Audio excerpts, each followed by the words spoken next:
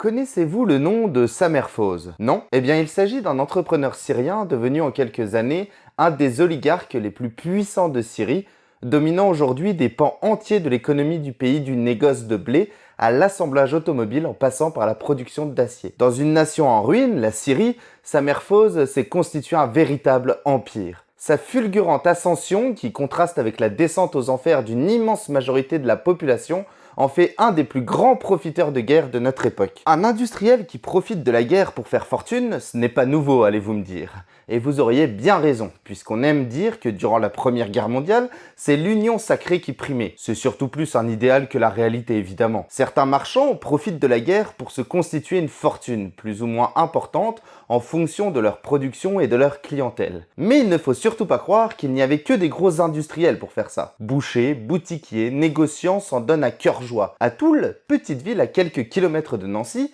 et qui sera notre référence pour cette vidéo, la vindicte populaire s'élève particulièrement contre ces profiteurs de guerre car les prix des denrées alimentaires ne cessent d'augmenter. C'est ainsi qu'en 1915 est décidée la mise en place d'une boucherie municipale par les autorités touloises afin de maintenir la viande à un prix raisonnable en encadrant son commerce et en faisant concurrence aux bouchers de la ville. Bienvenue pour un nouveau jour d'histoire.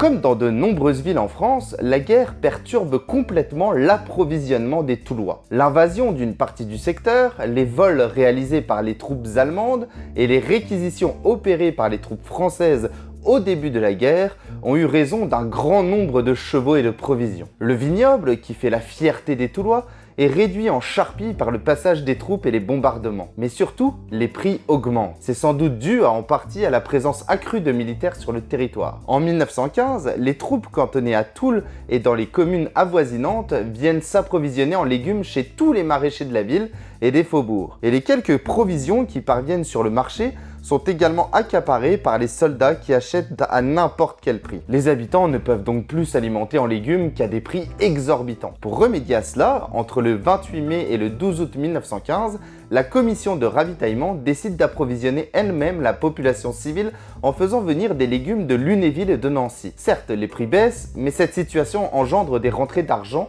chez certains commerçants qui en profitent. Et en beau cercle vicieux que tout cela provoque, les prix augmentent à nouveau malgré tous les efforts des autorités. L'avenir toulois du 8 septembre 1918 témoigne de cette situation. On ne saurait vraiment excuser le grand commerce qui a organisé la coalition et l'accaparement des denrées pour réaliser des bénéfices considérables sans se préoccuper des conséquences que leur spéculation pouvait avoir sur le moral national au moment où l'arrière, par son énergie et ses sacrifices, devait être l'auxiliaire de nos vaillants poilus. Face à cette situation, la commission de ravitaillement de la ville de Toul souhaite mettre fin à ces profiteurs de guerre. Mais il ne suffit pas de condamner, il faut innover. L'utilisation de denrées secondaires, la lutte contre le gaspillage ou encore la récupération des restes non utilisés par l'intendance militaire font partie de ces mesures censées permettre un meilleur ravitaillement de toute la population. Mais une initiative plus importante voit le jour à la fin de l'année 1915. Instaurer une boucherie municipale.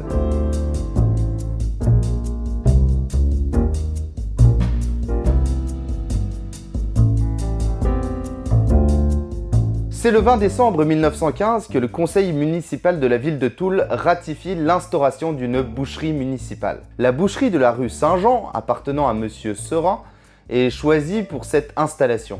Une écurie spacieuse pour recevoir le bétail est également prévue. L'organisation est complétée par la nomination d'un caissier-régisseur chargé de la perception des recettes journalières qui doivent être remises au receveur municipal de la ville de Toul. Le conseil autorise le maire à prendre toutes les mesures nécessaires au bon déroulement de l'entreprise, entreprise que toute la population de Toul attend avec impatience. Toutes les dépenses sont réglées par le receveur municipal sur simple facture visée par le maire. L'objectif est d'éviter un maximum les entraves que pourraient être les productions de marché ou les conventions. Un crédit de 300 000 francs est également voté par le conseil municipal afin d'assurer le bon fonctionnement de la boucherie en 1916.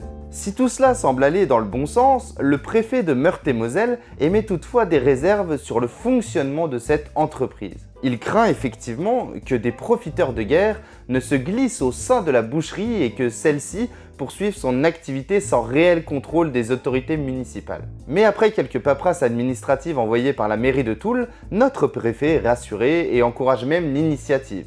Celui-ci avait d'ailleurs déjà rappelé en 1916 aux maires qu'ils sont en droit, par la loi des 19 et 22 juillet 1791, de taxer la viande. Il avait par ailleurs reconnu que bien des initiatives prises dans son département par des maires ont mis un frein efficace à des hausses excessives, notamment grâce à des boucheries municipales. Toul n'est pas la seule ville à avoir adopté cette solution pour assurer à ses habitants une modération des prix de vente de la viande. Pont-à-Mousson dans le département, Bordeaux, Troyes, Rennes, Belfort et bien d'autres encore en France ont mis en place des boucheries municipales au cours des années 1916 et 1917. Cette question est récurrente dans les débats entre les autorités civiles. Elle est par exemple portée au premier rang des préoccupations des maires de la zone des armées lors de leur 8e congrès tenu à Paris en mai 1918.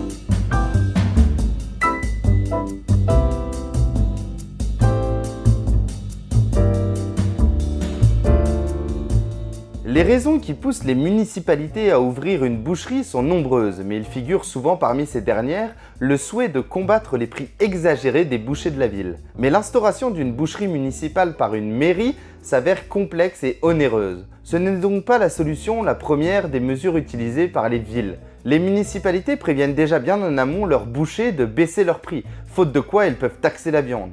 Ce n'est qu'en dernier recours qu'une boucherie municipale est instaurée, faisant ainsi la concurrence avec les bouchers, une arme au service de la population, une mesure patriotique. C'est ce qui se produit à Épinal en 1915 par exemple. Suite à une nouvelle taxe de la municipalité sur la viande, les bouchers d'Épinal décident de faire grève en décembre 1915. Mais la ville ne se laisse pas faire et décide d'ouvrir une boucherie municipale.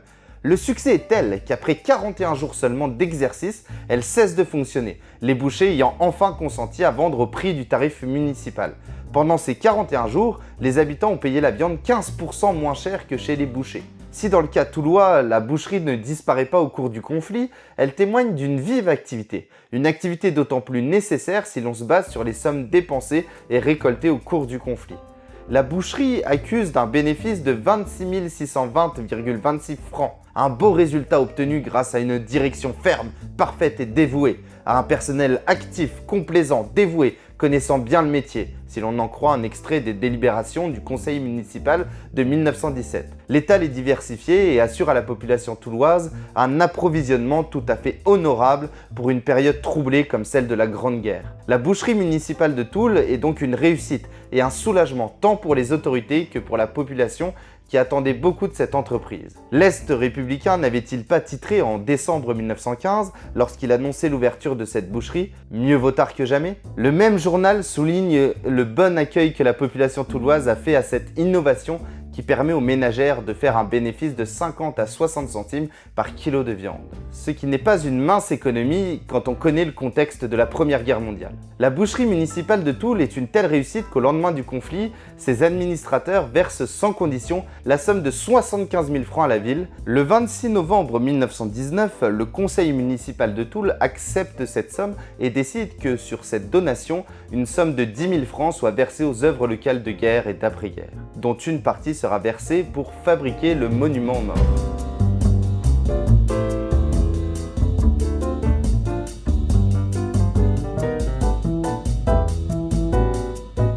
La boucherie municipale est donc une œuvre originale en temps de guerre, et elle permet de prendre conscience de la façon dont la guerre s'invite dans tous les domaines de la vie des Français pendant ces années de conflit, y compris l'étal d'une boucherie. Je tiens à remercier Pierre-Louis Buzy pour l'écriture de cette vidéo.